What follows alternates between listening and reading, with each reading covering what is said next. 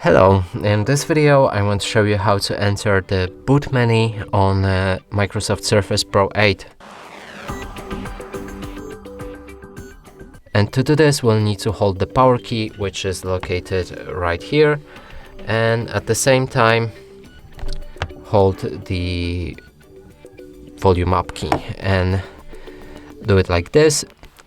Hold the power key hold the volume up key first and then power key once. Your system will start and it should open in Surface UEFI, and that's a boot menu.